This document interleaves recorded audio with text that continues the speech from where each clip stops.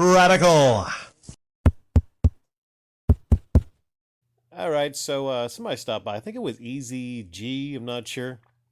Stopped by and told me that apparently SmashJT was now turning on Tommy Tallirico and everything, which is not surprising. There's a lot of people right now that are going to be turning on Tommy Tallirico because they realized late, very late, that Tommy Tallirico is a guy that you just can't trust. Only the stupidest people in the world would trust one Tommy Tallirico. And this guy, SmashJT, just happens to be one of the stupidest people on earth. Also investing $10,000 into this Intellivision Amico campaign, that's kind of hilarious, you know. But what's not funny is the fact that Tommy Tallirico has been scamming all these people, basically getting all these donations, supposedly for the production of this system. But he's actually taking this money. He's taking the money from people like SmashJT to actually pay basically all the salaries to get Doritos when they're just chilling at the offices, not working on cornhole, you know. Now Smash says he's been to the office and he's seen these good people. I just don't know. I mean, maybe some of these people in Intellivision Amico are not scummy.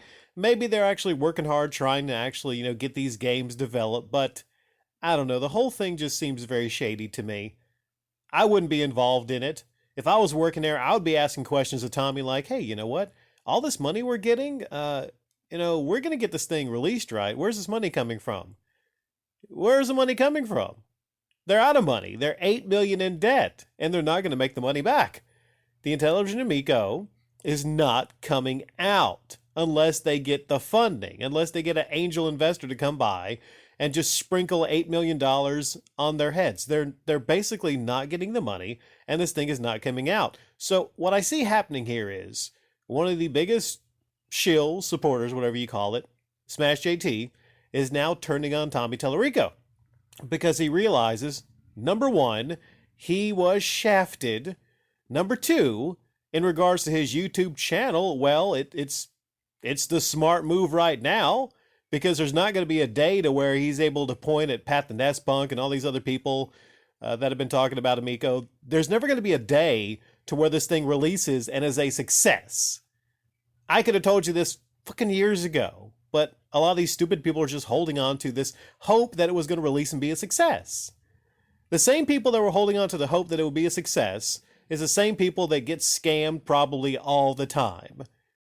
So here's my prediction for the future of SmashJT and his channel. I think he's basically going to flip on Tommy Tallirico.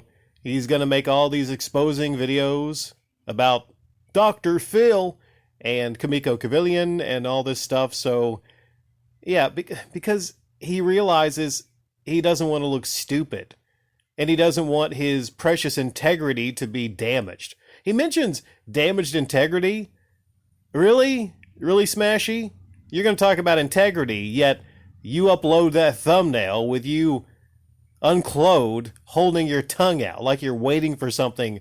Talk about integrity, you know? So, some people might say, people like SmashJT and Tommy Tallirico deserve each other. Some people might say that, you know? I mean, was it the Ferrari ride? Sometimes people will trust people if they are rich, famous, if they have distinct positions. Like, maybe there's a worship some people have of Tommy Tallirico, but ultimately he's just a scam artist, man. He's just a conner. That's all this thing was.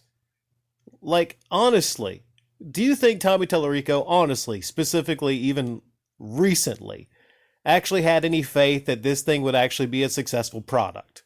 No, he didn't.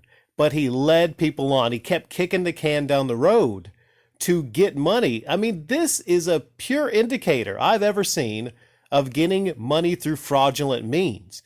Meaning you're getting money when you know there's a very small likelihood of anything actually coming out system-wise. I can't think of a more clearly defined case. Tommy Tallirico cannot be trusted, plain and simple.